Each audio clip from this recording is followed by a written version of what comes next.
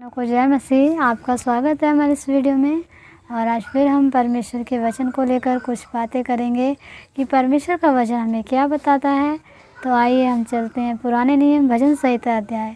जब उसके 62 अध्याय के 8 से 12 पद तक हम पढ़ते हैं तो वहाँ पर वचन कुछ इस प्रकार है कि हे लोगों, हर समय उस पर भरोसा रखो और अपने मन की बातें खोलकर उससे कहो, क्योंकि वह परमेश्वर जो है उससे हमें अपनी मन की बातें कहनी है। वही हमारा शरण स्थान है, यानी कि हम उसके चरणों में स्थान पाते हैं। उनके परमेश्वर की महिमा के लिए हमें हमेशा उस पर अपने भरोसा रखना है और अपने मन की जो बातें हैं, जो दुख है, जो परेशानियां हैं, वो बातें खोल कर कहनी है। हम जो इंसानों से कहते हैं, व्यक्त करते हैं, हमें इंसानों से नहीं व्यक्त करनी, हमें अपने परमेश्वर से कहनी। क्योंकि इंसान सिर्फ हमारी हंसी उड़ाते हैं, जो कुछ बुरे इंसान होते हैं और कुछ अच्छे इंसान होते हैं, तो वो हमें थोड़ा सा ढाढ़स देते हैं। लेकिन हम अगर परमेश्वर से बातें कहते हैं अपने मन की, तो परमेश्वर सचमुच हमारी बातों का सॉल्यूशन करता है।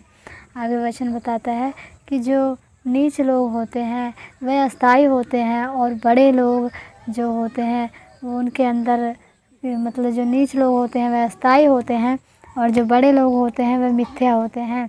वे तौल में भी हल्के होते हैं और सांस में भी हल्के होते हैं, क्योंकि वचन हमें बताता है कि उनके अंदर परमेश्वर की सामर्थ्य के कोई काम नहीं होते।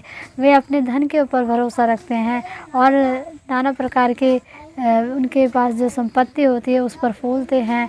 तो इस तरह का जो काम है ऐसा नहीं होना चाहिए, क्योंकि वो हल्के निकलेंगे परमेश्वर के सम्मुख। जब परमेश्वर हमारे और आपके कर्मों का लेखा लेगा तो वो लोग हल्के निकलेंगे। उनके अंदर परमेश्वर की महिमा, आराधना कुछ भी नहीं होता, क्योंकि वो अपने धन संपत्ति को ही अपना परमेश्वर मानते हैं। तो इस तरह से वचन हमें आगे बताता है कि वे लोग हल्के हैं। सचमुच उनके अंदर परमेश्वर की महिमा, परमेश्वर के कोई काम नहीं है। तो इस तरह से हमें ऐसा नहीं बनना है। हमें अंधेर नहीं करनी है और लूटपाट पर भरोसा नहीं रखना है, क्योंकि अंधेर करना, लूटपाट करना, ये सब परमेश्वर को बिल्कुल नहीं पसंद है। जो इंसान ऐसे करते हैं सचमुच वो नरक के भागी होंगे, क्योंकि वो दूसरों को, गरीबों को लूटते पाटते हैं और अंधेर यानी उनके ऊपर अत्याचार करते हैं। तो इस तरह से हमें नहीं करना है। और आगे भी वचन की और हम चलते हैं। वचन क्या कहता है उससे पहले मैं आपसे रिक्वेस्ट करूँगी कि जो मेरा सेकंड चैनल है जन्नत की बेटी, उसको आप जाइए, उस पर देखिए परमेश्वर के आराधना सॉन्ग है और उसका लिंक मैंने डिस्क्रिप्शन में डाल रखा है। और सर्च में भी आप अगर जन्नत की बेटी 2 कहेंगे तो वो आता है। तो इस तरह से वचन की ओर चलते हैं। तो वचन हमें ये बताता है कि धन की, चाहे धन संपत्ति बढ़े तो भी उस पर मन नहीं लगाना है। यानी कि हमारा धन परमेश्वर होना चाहिए, ना कि ये संसारिक धन।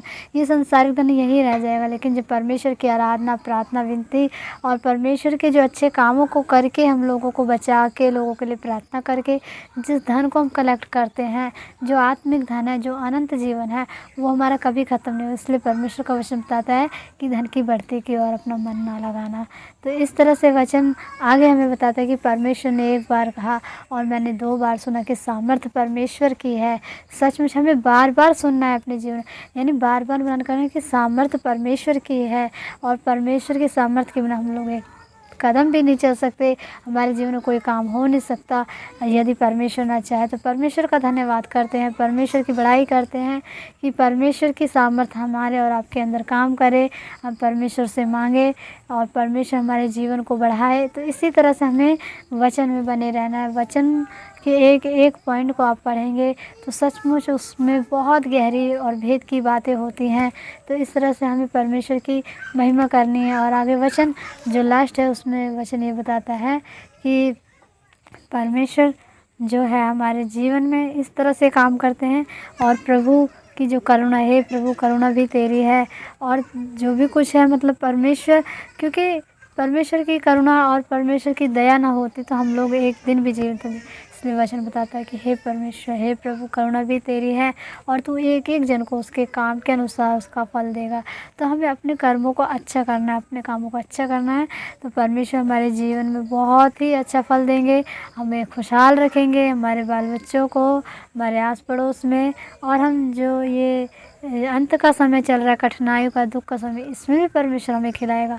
क्योंकि आपने देखा हो कई जगह बाढ़, अकाल, बहुत सी चीज़ें, लेकिन हम जो मसीह लोग हैं, सही मायनों में जो मसीह लोग हैं, उनको परमेश्वर खिलाता है और उनके जीवन में एक से बढ़कर एक अद्भुत काम होते हैं। तो हमें परमेश्वर का धन्यवाद करना है और मुझे उम्मीद है कि आपको इस वचन का प्रकाशन मिला होगा। आगे भी इस तरह से वचन को लेकर हम चलेंगे। वचन क्या कहता है, परमेश्वर का धन्यवाद करते हैं कि आज परमेश्वर इस वचन की अगुवाई करे। अगली वीडियो में मिलूँगी। आपको बहुत बहुत आशीष मिले। जय मसीह।